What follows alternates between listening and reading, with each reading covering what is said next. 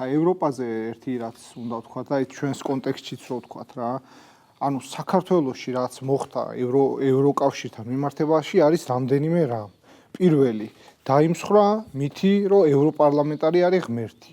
დაიმსხვრა მითი, რომ ევროკავშირი უდრის ევროპას, იმიტომ რომ ჩვენ ვიცი და ეს ხა ძალიან ელემენტარულია, იმიტომ რომ ლიბერალური დისკურსი ახდენდა ჩვენი საზოგადოებრივი ჯანსაღი აზრის დათრგუნვას და ძალიან პრიმიტივიზაციას და გვეუბნებოდა რომ ყველაფერი განსხვავებული არის რუსეთუმე, ევროკავშირი არის აპრიორი სიკეთე, მაგრამ დისკურსი ანუ ის მსჯელობა არ ხდება იმის შესახებ, მაგალითად ევროკავშირში რო შეხვალ, იქ რა გელის.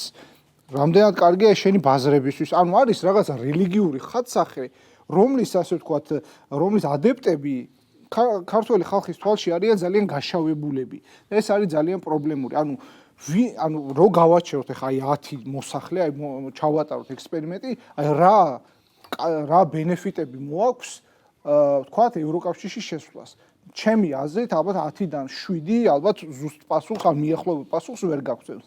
ანუ ჩვენთვის ევროკავშირი აქამდე იყო არა რუსეთი. და ეს არა რუსეთის გადაქცევას ცდილობდნენ, ეს იყო მათთვის ჩასაჭირი, რომ ეს არა რუსეთიდან ჩვენ ვექციეთ ანტირუსეთად. ახლა ვიღაცებს აქვს ამის ფუფუნება, რომ ანტირუსეთი იყვნენ, ხო? მაგრამ ჩვენი გაბარიტები, ჩვენი ისტორიული მეხსიერებიდან გამომდინარე, ეს არის ჩვენთვის დამღუპველი, ხო?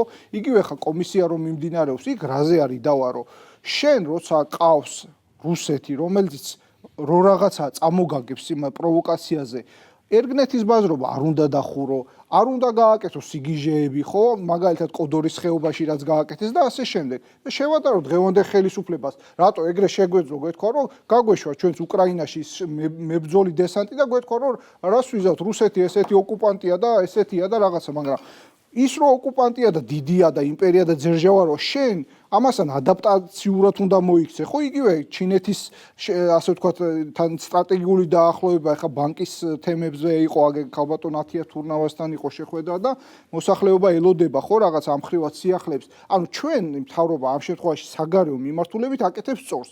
მაქსიმალურად უნდა იყოს აქ მშვიდობის დაკვეთა რეგიონული და მსოფლიო მოთამაშეების მხრიდან.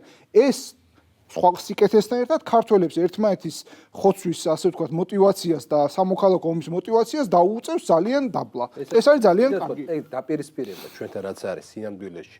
ეს ხო უცხოური დაკვეთა იყო ყოველთვის. 91 წლიდან დღემდე ამ ერთმანეთის დაპირისპირების უკან დგას სხვისი ინტერესები, ხო?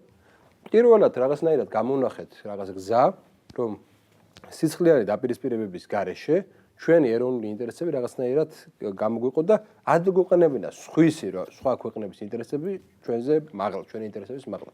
ჩვენი ინტერესები რა არის? გავანეიტრალოთ ეგ შიდა დივერსიული ჯგუფები პირველ რიგში, მეორე რიგში არ დაუშვათ აქ ჩვენ ტერიტორიაზე ომი და გეოპოლიტიკური სიმძიმეები ამ შემთხვევაში სამხედრო ხო სხვაგან ავირით. ბალტის პირეთი ეხლა რომ ესე გვექცევა ჩვენ მათ შორის ხო რაღაც სიგიჟეები. ეს მათი ლოგიკა არის შემდეგი. რუსეთის სამხედრო ესე იგი ინტერესები არის შემდეგი. პირველი უკრაინის მიმართულება არის. არა ბალტის პირეთი ჩვენთან უნდა ცეცხლის განმოტანა რა თქმა უნდა მე ვლაპარაკი. ბალტის პირეთის ინტერესი არის ის რომ აქ კავკასიაში იყო თავარი.